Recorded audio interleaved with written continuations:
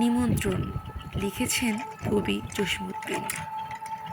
তুমি যাবে ভাই, যাবে মোর সাথে আমাদের ছোট গায়ে, গাছের ছায়ায় লতায় পাতায় উদাসী বনের বায়, মায়া মমতায় জড়াজড়ি করি মোর গেহখানি রহিয়াছে ভরি, মায়ের বুকেতে বোনের আদরে ভাইয়ের স্নেহের ছায়, ছোট গাঁওখানি ছোট নদী বলে তারই এক পাশ দিয়া, কালো জল তার মাঝিয়াছে কেবা কাজল চক্ষু নিয়া, ঘাটের কিনারে আছে বাঁধা তরি, পাড়ের খবর টানাটানি করি, বিনা সুতিমালা গাঁথিয়াছে নিতুই এপার ওপার দিয়া, বাক্কাত পেতে টানিয়া আনিয়েছে দুটি তটের হিয়া।